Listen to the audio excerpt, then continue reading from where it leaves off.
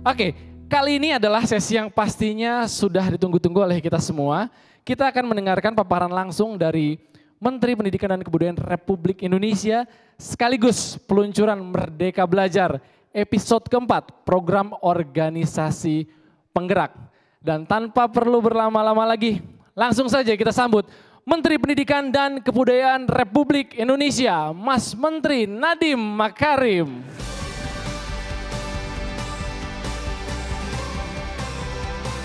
Assalamualaikum warahmatullahi wabarakatuh. Waalaikumsalam warahmatullahi wabarakatuh. Terima kasih teman-teman. Mohon maaf bahwa kita sebenarnya mau mengadakan acara berkumpul rame-rame, tapi karena berita-berita mengenai konfirmasi virus corona yang meningkat, jadinya menurut kami di kementerian sebaiknya kita aman-aman saja dan jangan berkumpul-kumpul dulu sehingga bisa mencegah penyebaran virus corona ini. Jadi ya mohon maaf sekali tidak bertemu, tapi alhamdulillah karena ada teknologi kita bisa masih berkomunikasi. Ya. Jadi teman-teman selamat datang di episode keempat Merdeka Belajar.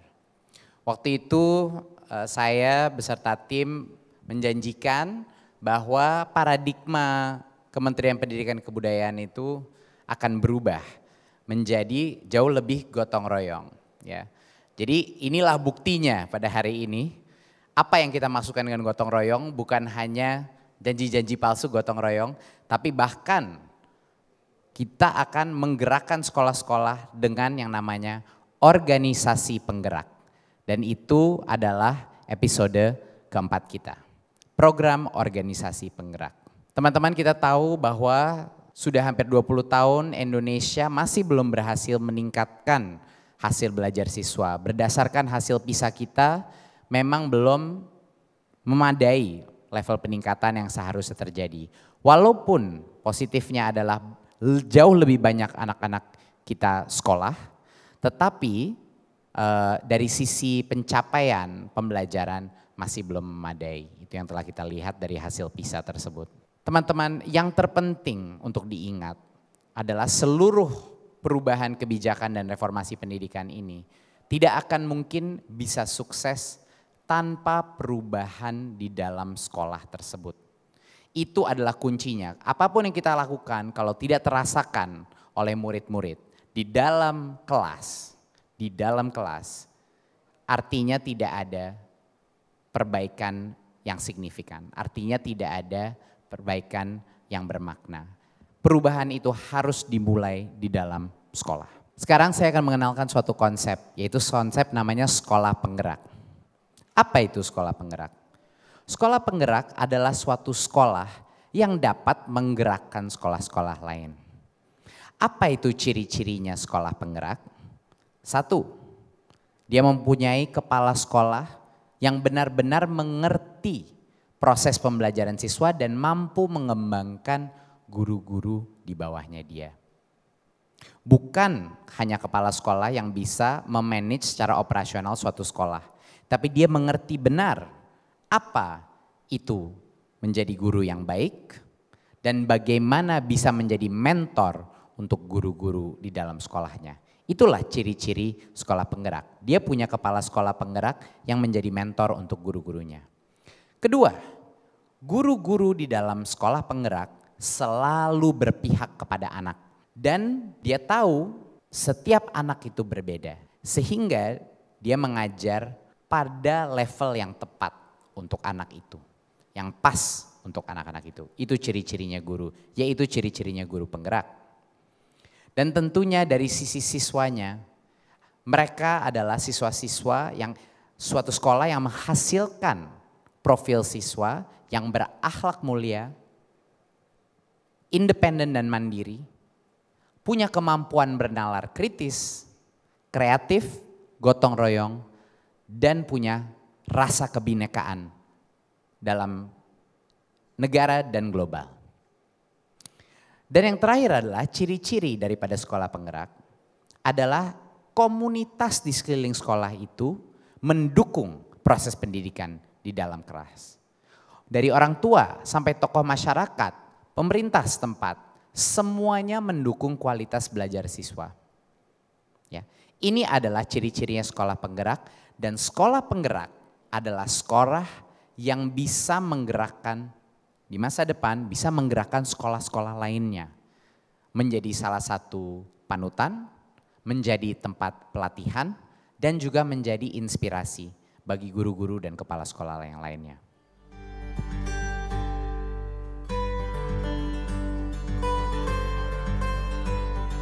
SDN Kebon Dalem sudah merintis program literasi sejak tahun 2000 kelas. Gerakan literasi ini perlu kita kuatkan. Bagaimana yang merangsang supaya anak itu bisa membaca di mana tempat, itu yang awal menjadi pemikiran saya. Akhirnya pertama saya buat ini, sudut baca namanya. Di sini dilihatkan semua guru saya perintahkan, anak-anak silakan diadakan wajib baca. Terus gurunya pun kalau bisa gurunya harus kreatif. Harus bisa membuat buku. Nah, ini contoh-contoh buku yang dibuat oleh guru. Apa yang dilakukan anak dibukukan. Dia diikutkan fotonya, kan kepingin baca. Bapak diperhatikan. Hari ini hari Senin. Sebenarnya untuk pelaksanaan literasi ini saya sudah mulai tahun 2003 sudah melaksanakan literasi dan sudah menggunakan buku besar itu. Sebelum pemerintah mencanangkan bahwa wajib membaca. Saat saya belajar pada hari ini, saya bisa mengetahui proses pembuatan tahu dan saya juga bisa mengetahui berapa volume bak tahu dan tahu tersebut. Hasilnya ke anak bagus sekali. Anak lebih kreatif, melatih keberanian, menghargai pendapat orang lain. Saat ini, pendekatan pakem mikir juga telah didiseminasikan kepada para mahasiswa yang berpraktik mengajar di sekolah ini. Jadi sekolah SDN Kebon Dalem itu menggunakan konsep mikir pada pembelajaran. Untuk mendukung peningkatan kapasitas para guru, sekolah memiliki forum kelompok kerja guru tingkat sekolah. Forum pertemuan setiap hari Sabtu ini digunakan para guru untuk melakukan refleksi pembelajaran, saling berbagi pengalaman mengajar, atau memecahkan masalah pembelajaran secara bersama. Jika ada permasalahan yang berhubungan dengan pembelajaran, mari kita laksanakan KK Gemini. Disitulah akan terjawab. Pembelajaran sesulit apapun kalau kita kerjakan bersama akan dapat diselesaikan. Apa yang kita lihat di video itu adalah suatu sekolah penggerak.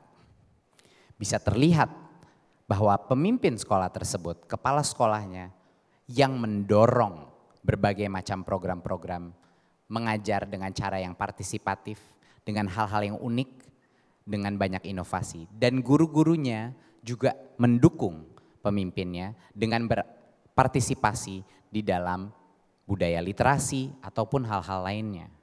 Dan itu adalah kuncinya sekolah penggerak.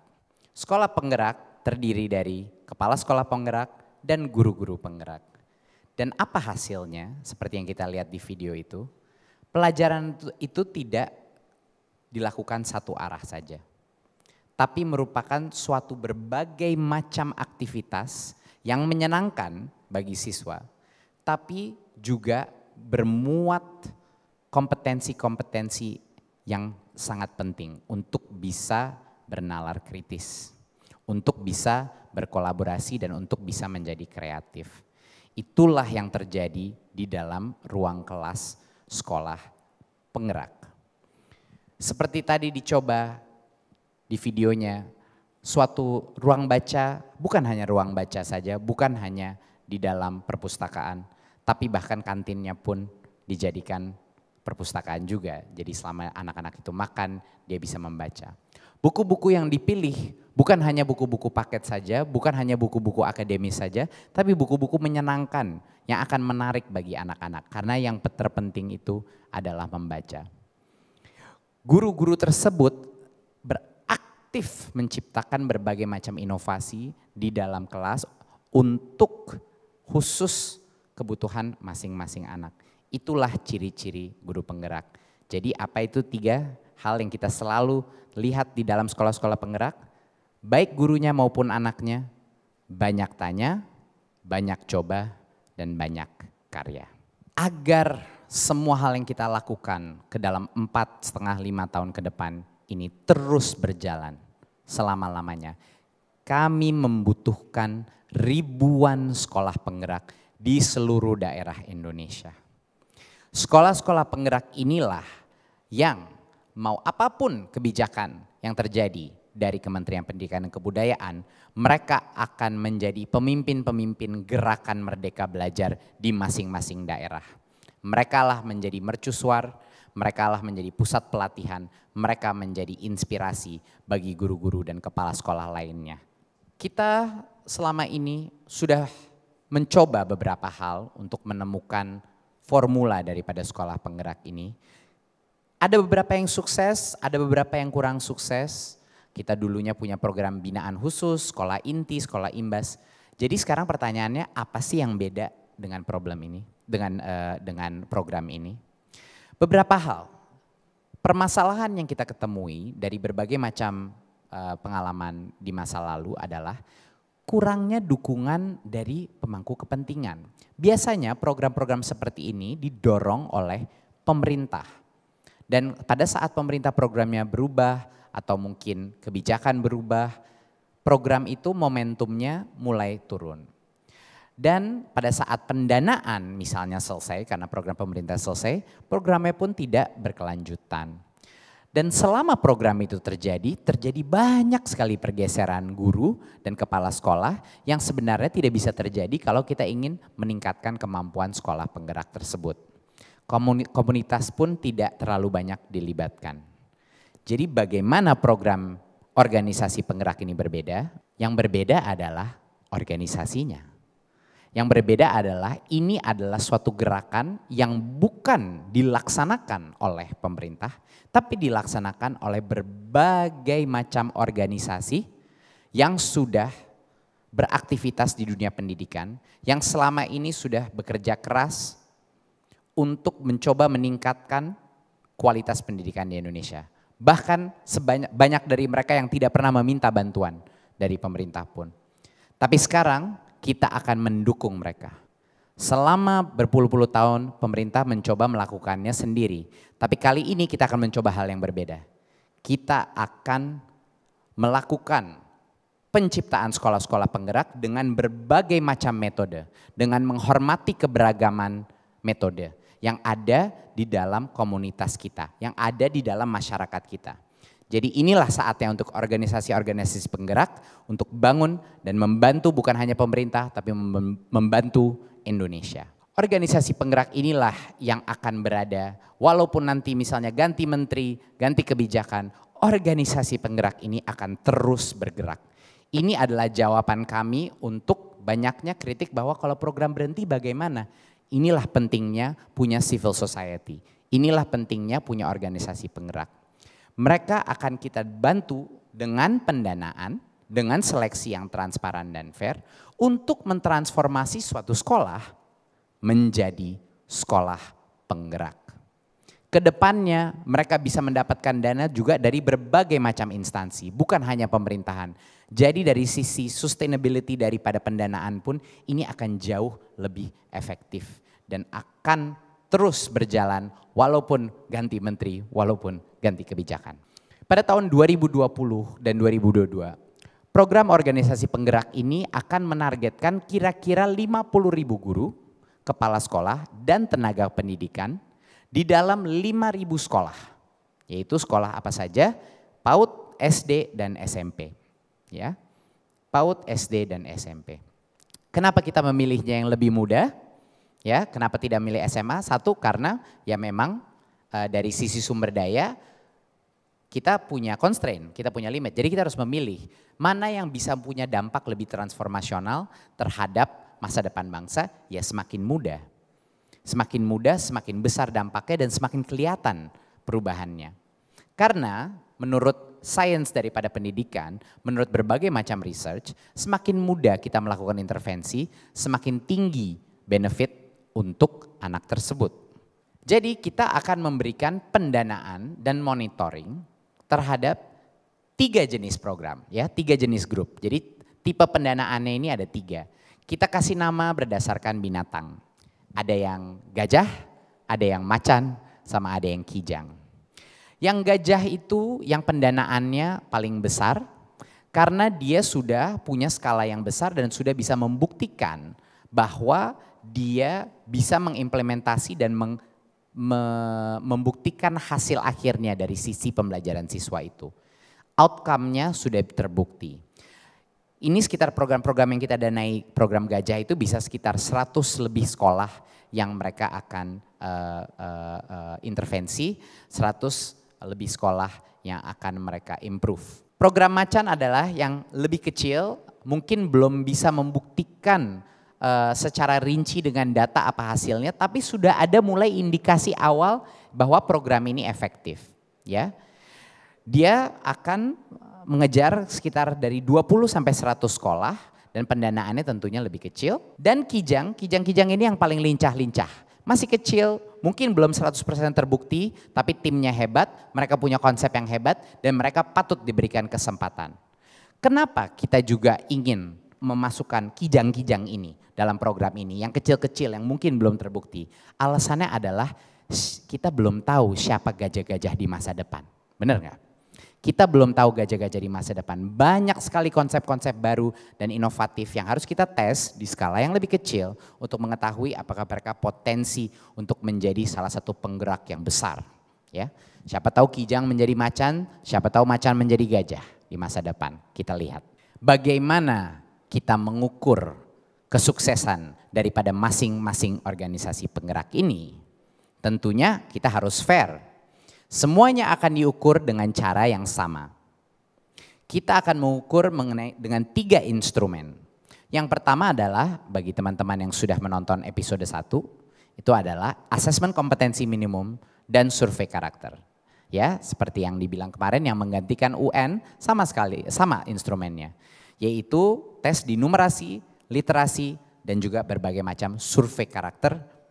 Dan kita akan juga ada instrumen pencapaian dan pertumbuhan dan perkembangan anak. Ini mirip seperti asesmen kompetensi tapi lebih untuk PAUD. Ya, jadi nggak bisa gunakan tes yang sama. Untuk SD, SMP, SMA tentunya PAUD akan menggunakan instrumen yang berbeda. Lalu bukan hanya itu, kita juga akan mengukur lebih dalam arti praktek-praktek mengajar yang akan terjadi di dalam sekolah itu seperti apa. Dan akan kami ukur. Jadinya memang benar, kemampuan bernalar kognitif adalah yang paling penting. Kalau organisasi itu tidak menunjukkan perubahan dalam numerasi, literasi, asesmen kompetensi minimum, tentunya itu berarti tidak berhasil menjadi sekolah penggerak.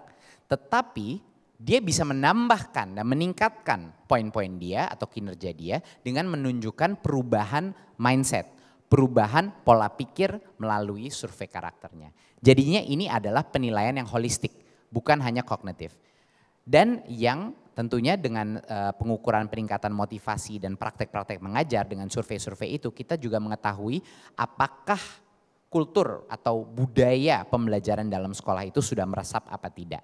Dan itu akan sangat penting sekali. Jadi kita harus menunjukkan bahwa sekolah yang diintervensi oleh organisasi penggerak harus di atas rata-rata sekolah yang tidak diintervensi di daerah yang sama dengan berbagai macam kontrol sistem yang saintifik.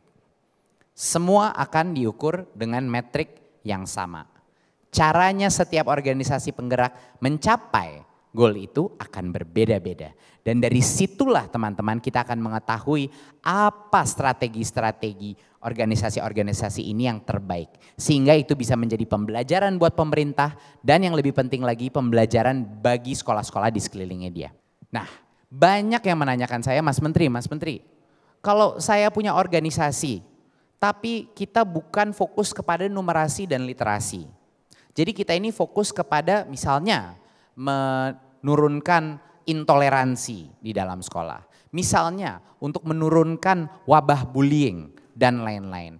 Kami ada konsep sekolah bermain senang, tapi belum tentu akan berdampak kepada kompetensi numerasi dan literasi. Bagi organisasi-organisasi seperti itu, masih bisa bergabung, tapi harus bergabung dengan cara koalisi. Harus gotong royong, bergabunglah dengan satu organisasi yang memang sudah ingin bergabung program ini dan bisa bekerja sama sehingga pendekatan kepada sekolahnya itu holistik. Ya.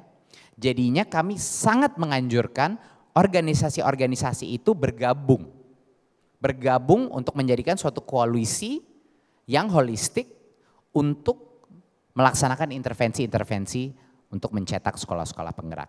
Ini suatu hal yang sangat penting, jadi mohon bukan hanya gotong royong antara pemerintahan dan organisasi di swasta dan non-profit, tapi juga harus ada kolaborasi di antara organisasi juga. Sebenarnya tujuannya ini apa semua ini? Kalau tujuan daripada sekolah penggerak tidak terlihat hasilnya di dalam profil siswa-siswinya, berarti itu artinya tidak berguna. Jadi kita sebenarnya mau menciptakan manusia seperti apa? Sekolah penggerak ini harus menciptakan manusia seperti apa? Ada 6 profil pelajar Pancasila. Ada 6 profil pelajar Pancasila. Yang pertama adalah berakhlak mulia. Dia mengerti apa itu moralitas. Dia mengerti apa itu keadilan sosial. Dia bisa mengerti spiritualitas. Dan dia mengerti apa dan dia punya rasa cinta. Cinta kepada agama, cinta kepada sesama manusia, cinta kepada alam. Itu merupakan suatu hal yang sangat penting, berakhlak mulia. Kedua adalah kreativitas. Dia punya kemampuan untuk bukan hanya memecahkan masalah, tapi untuk menciptakan hal-hal secara proaktif. Secara independen, untuk menemukan cara-cara yang lain dan berbeda untuk bisa berinovasi dalam sehari-harinya. Ketiga, dia harus tahu cara gotong royong. Dia harus tahu cara berkolaborasi dan bekerja sama dengan sesama muridnya dan pada saat dia keluar di laut terbuka dengan sesama manusia. Karena tidak akan ada pekerjaan atau aktivitas yang tidak membutuhkan gotong royong, tidak membutuhkan kolaborasi. Apalagi di era industri 4.0. Kolaborasi menjadi jauh lebih penting lagi. Sekarang aja udah penting. Bayangkan di masa teknologi yang semakin berubah cepat. Keempat adalah kebinekaan global. Ini adalah perasaan menghormati keberagaman. Ini adalah toleransi terhadap perbedaan. Ini juga artinya dia bisa menerima dan menghormati keperbedaan tanpa rasa judgment, tanpa menghakimi, dan tidak merasa dirinya dia atau grupnya dia atau kelompoknya dia lebih baik dari yang lain. Itu artinya kebinekaan global. Dan bukan hanya di level Indonesia sebagai negara dia, tapi juga dalam tingkat dunia. Dalam tingkat dunia. Karena dunia ini menjadi semakin kecil, informasi dan pengetahuan menjadi semakin besar, bisa diakses dimanapun. Sehingga kebinekaan global itu menjadi suatu hal yang penting dan harus menjadi aspirasi sistem pendidikan kita. Karena kita akan bersaing di masa kini dan masa depan, kita akan bersaing di panggung dunia, bukan hanya di Indonesia.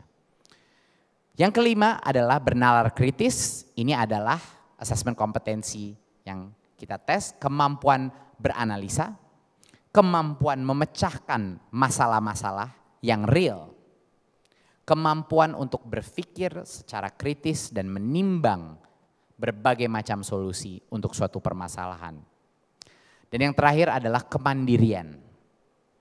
Seberapa independen siswa-siswi kita? Apakah mereka terdorong dengan motivasi di dalam hatinya dia? Apakah harus terus didorong dari luar atau eksternal?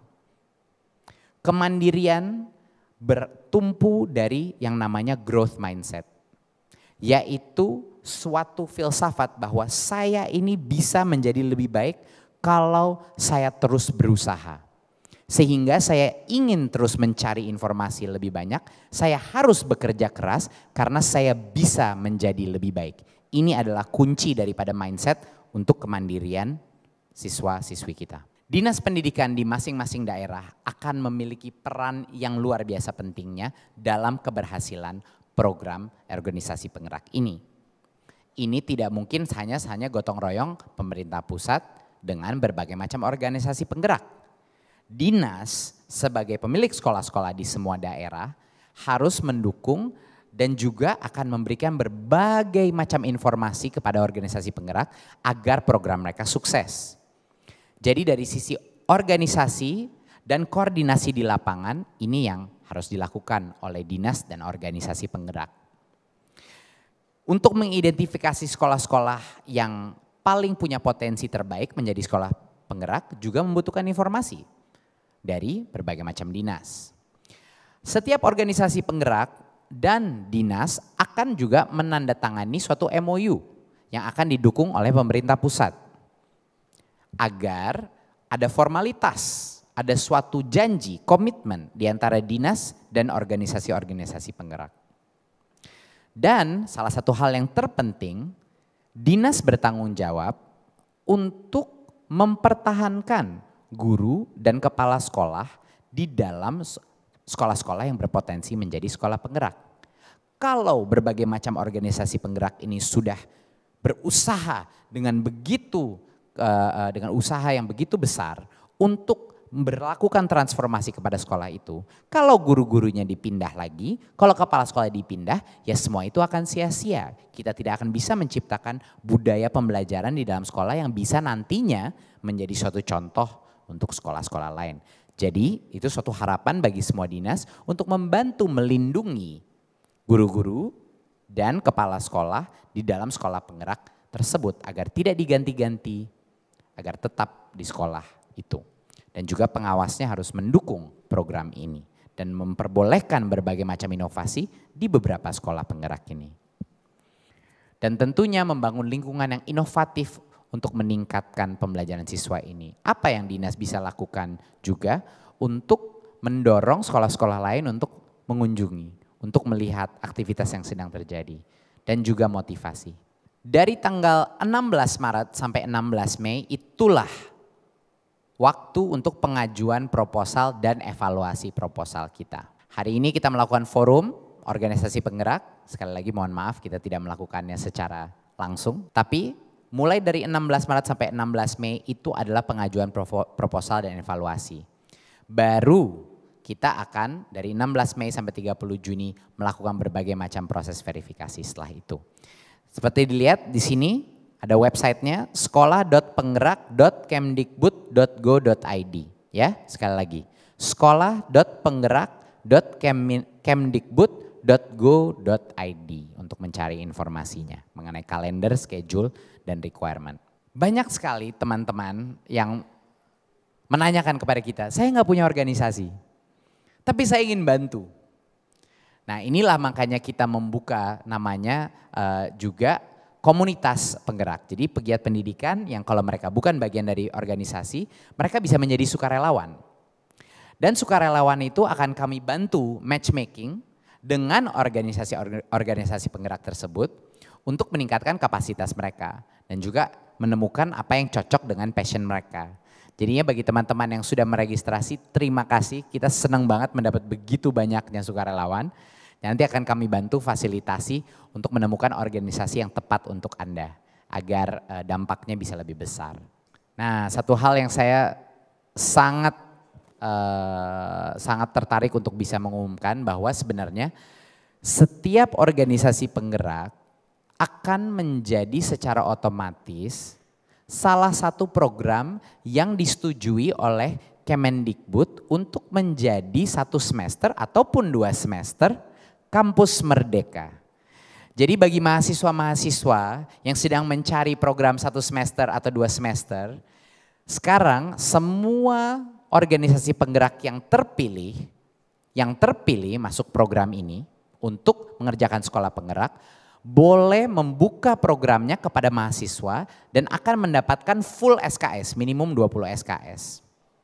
Jadi bayangkan, bagi semua organisasi penggerak ini menjadi peningkatan kapasitas mereka dengan cara yang sangat cepat. Dengan anak-anak muda terbaik se-Indonesia. Seleksi proses semua dipegang organisasi penggerak. Tidak ada pemaksaan apapun, itu terserah mereka mau memilih siapa mahasiswanya. Tapi pada saat Kemendikbud sudah meng-approve organisasi penggerak itu, semua mahasiswa se-Indonesia boleh meluncurkan aplikasi dan kalau mereka diterima, Kalau programnya 6 bulan, programnya 1 tahun, tapi minimal kan 1 semester yaitu 5-6 bulan. Itu akan secara otomatis kalau diterima oleh organisasinya akan mendapatkan full SKS, 20 SKS. Jadi ini merupakan hal yang sangat menarik. Tolong mahasiswa se-Indonesia, tolong tunggu pada saat organisasi penggeraknya sudah terpilih. Kalau Anda punya passion dalam menggerakkan sistem pendidikan kita, inilah kesempatannya. Jangan disia-siakan. Bagi organisasi penggerak, jangan disia-siakan punya pemimpin-pemimpin muda terbaik di Indonesia membantu Anda meningkatkan kapasitas. Ini akan menjadi pemimpin pendidikan masa depan kita. Jangan disia-siakan, mohon segera diterima mahasiswa-mahasiswa terbaik kita. Organisasi penggerak ini akan disaring dengan suatu proses yang sangat ketat. Suatu proses di mana pemilihannya mulai dari registrasi, evaluasi proposalnya pun dilakukan tim independen. Ya, pemilihannya itu dilakukan oleh tim independen. Ya, di luar daripada kementerian. Ya. Dan semua kontrak dan pelatihan teknis akan dilakukan untuk memastikan organisasi-organisasi ini bisa menciptakan hasil dengan sukses. Dan tentunya implementasi dan pengawasan akan terus berjalan. Kita akan membutuhkan pelaporan yang ketat dan juga seperti tadi pengukuran dari hasil juga akan dilakukan secara standar. Ini sangat penting dan kami harus jujur, kalau organisasi itu terbukti setelah beberapa waktu untuk tidak menciptakan hasil, tentu pendanaannya akan di stop. Kalau ada program yang ternyata menunjukkan bukti hasil yang sangat berdampak, sangat bermakna, lompatan hasil pembelajarannya maupun dari metrik-metrik yang kita ukur, itulah yang akan kita masukkan ke dalam pendanaan yang lebih besar untuk skala. Jadi ini adalah proses seleksi itu bukan pada saat penerima aja, tapi secara berkala akan dilakukan evaluasi dan bagi yang udah nggak lolos lagi tidak dilanjutkan, bagi yang sangat baik akan dilanjutkan dan bahkan dikembangkan lagi. Jadi ini adalah proses yang organik dan dinamis, terus berjalan.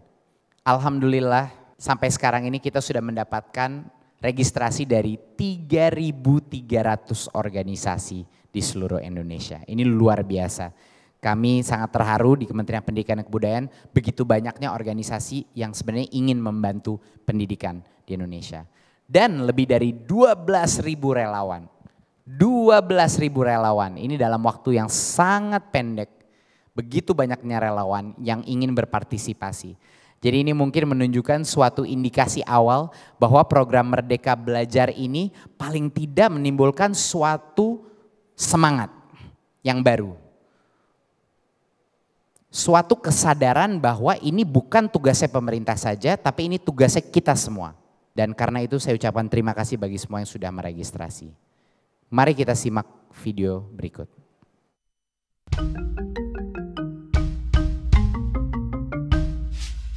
Kenalkan, ini Agustina. Agustina dan teman-temannya tinggal di Wamena, Papua, wilayah terpencil di Indonesia Timur. Agustina ini anak yang ceria dan mandiri. Agustina sekarang duduk di kelas 3 SD. Dia belum lancar membaca, sehingga dia sering kesulitan belajar. Teman-temannya pun sama. Guru sering absen, sehingga satu guru kadang terpaksa mengurus beberapa kelas sekaligus.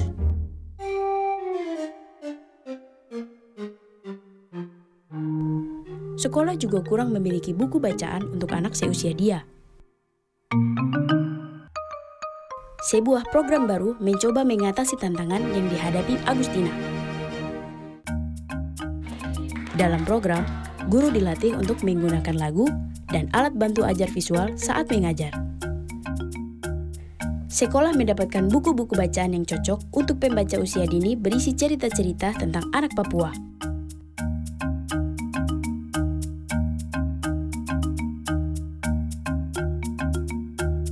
Dan guru didorong untuk menata perpustakaan dan pojok baca. Edo ingin menjadi guru. Hasilnya, sekarang kemampuan baca tulis siswa meningkat.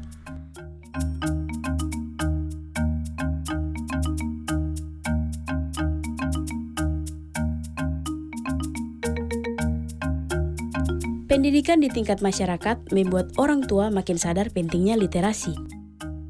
Beberapa orang tua malah ikut belajar membaca. Sekolah juga dibangun dengan baik, bagus. Anak-anak belajar dengan baik. Kan jadi kami orang tua sangat bangga. Sekolah hak lalu kerusak. Sekolah itu sampai di mana cuma terus sampai selesai rusak itu. Tokoh masyarakat, tokoh adat, pemuka agama, semuanya ikut peduli akan arti penting belajar dan sekolah bagi anak-anak mereka. Sekarang, guru lebih percaya diri di kelas. Siswa-siswanya pun meningkat kemampuan baca tulisnya. Dan Agustina sekarang belajar mencintai buku. Membaca membantu imajinasinya berkembang. Mudah-mudahan program ini bisa direplikasi di wilayah lain di Indonesia. Demi masa depan yang lebih cerah, untuk Agustina dan untuk setiap anak.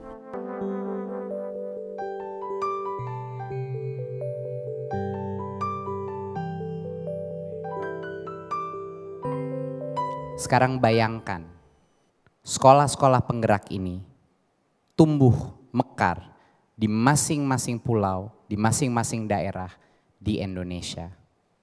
Menjadi panutan, menjadi mercusuar, menjadi sumber inspirasi untuk sekolah-sekolah lain.